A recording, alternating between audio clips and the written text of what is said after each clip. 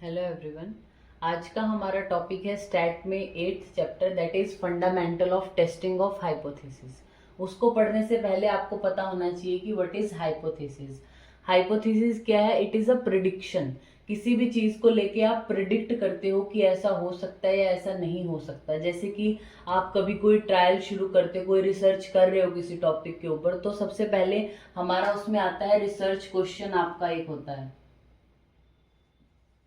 ठीक है।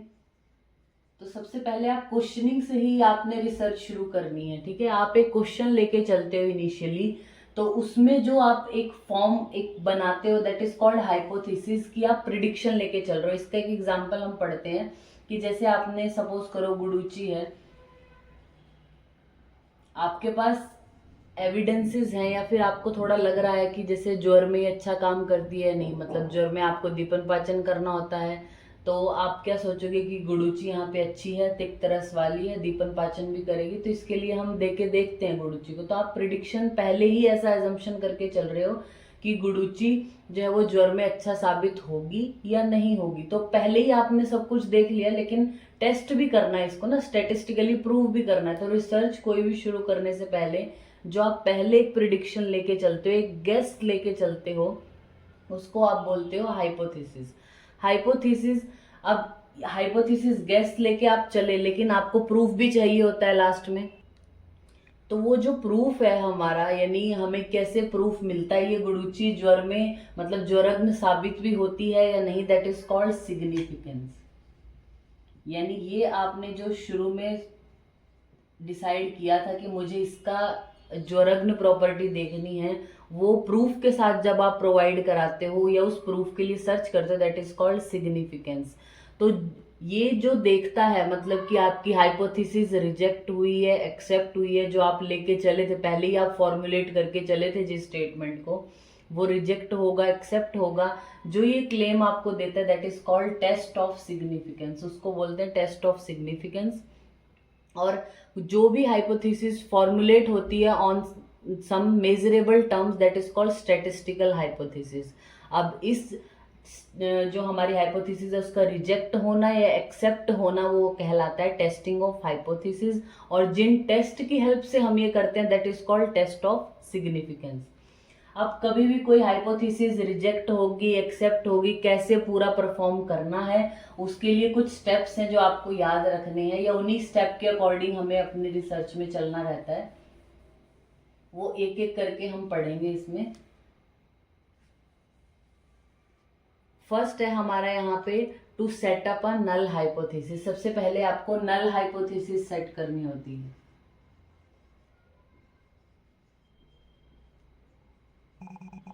Which is denoted by H0। Second, null hypothesis set कर ली, तो उसके लिए एक अल्टरनेट हाइपोथेसिस भी आपके पास होनी चाहिए,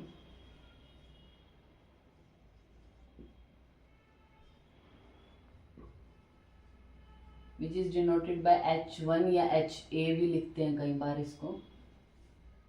तीसरा क्या है, जब आपने नल हाइपोथेसिस बना ली, अल्टरनेट बना ली, उसके बाद आप क्या करते हो, calculate the appropriate test statistic with the relevant formula. अब इनको चेक करने के लिए कौन सा एक स्टैटिस्टिकल टेस्ट अच्छा रहेगा वो हमें जानना होता है, कैलकुलेट करना होता है, उस जिसका रेलेवेंट फॉर्मूला हो। तो आपने टेस्ट स्टैटिस्टिक क्या होगा वो जानना है यहाँ पे, कौन सा जो है वो टेस्ट आप लगाओगे। देन फोर्थ क्या होता है, fix up the probability level.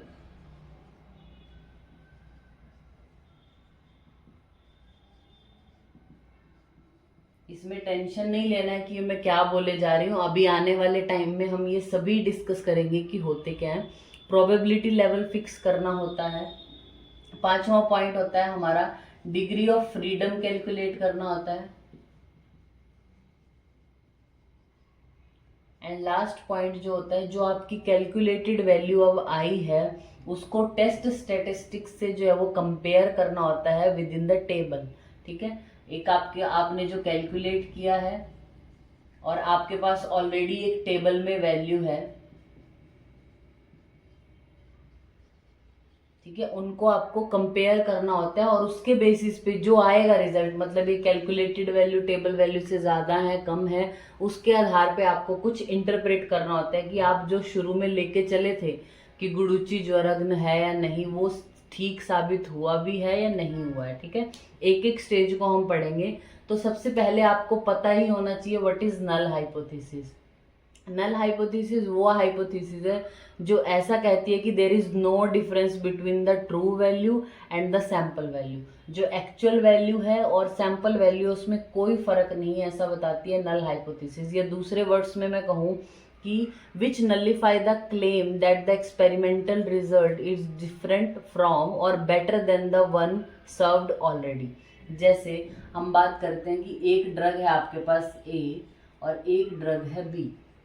ठीक है, बी ड्रग ऑलरेडी साबित हो चुकी है कि वो अच्छी है किसी भी डिजीज के लिए या किसी भी कंडीशन के लिए, बी ऑलरेडी प्रूवन है। आप जो है वो टेस्ट करना चाहते हो ए ड्रग को, तो नल हाइपोथेसिस क्या कहेगी कि ए ड्रग जो है वो आपकी मतलब एक्सपेरिमेंटल जो भी ड्रग है वो स्टैंडर्ड ड्रग से किसी भी तरीके से बेहतर नहीं है, या तो उसके बराबर है या उससे कम है। ठीक है, इस तरीके से बोलेंगे, या तो कम होगी या उसके इक्वल होगी, वरना कोई ज्यादा फर्क है नहीं दोनों में, कम ही है या उसके बराबर है, ये बोलती है आपकी नल हाइपोथेसिस। अल्टरनेट हाइपोथेसिस क्या होती है, इसके एग्जांपल और भी हम देख सकते हैं। जैसे नलिफाई करती है एक क्लेम को, जैसे कि ये बोलेगी कि guduchi is not effective in jwar, there is no association between prostitution और HIV AIDS cases, the effectiveness of drug A is equal to B, या फिर ए की जो इफेक्टिवनेस है वो बी से कम ही है, ऐसा। ठीक है, नवागुगलू इज नॉट रिलेटेड और हैविंग नो रोल इन मेदो रोग, ये नलिफाई करती है, हर चीज को कम ही बताती है, वो होती है नल हाइपोथेसिस। अल्टरनेट हाइपोथेसिस क्या होती है, ये कहती है कि there is a significant difference, कुछ तो डिफरेंस है ट्रू वैल्यू और सैंपल वैल्यू में। मतलब ये कहना चाह रही है कि आपकी जो ड्रग ए है वो ज़्यादा बेटर है बी से, आपकी जो एक्सपेरिमेंटल ड्रग है।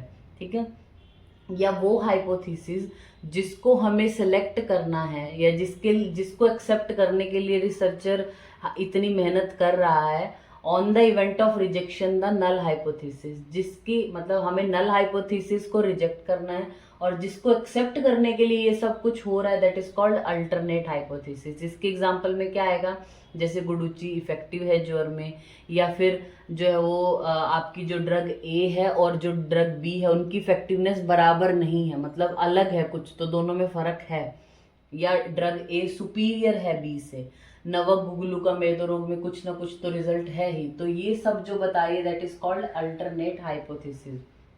अब हम बात करते हैं टेस्ट स्टेटिस्टिक की, मतलब हमें अप्रोप्रिएट किस तरीके का आपका डेटा है, किस तरीके की आप रिसर्च कर रहे हो, उसके अकॉर्डिंग हमें अप्रोप्रिएट टेस्ट स्टेटिस्टिक एक जानना होता है।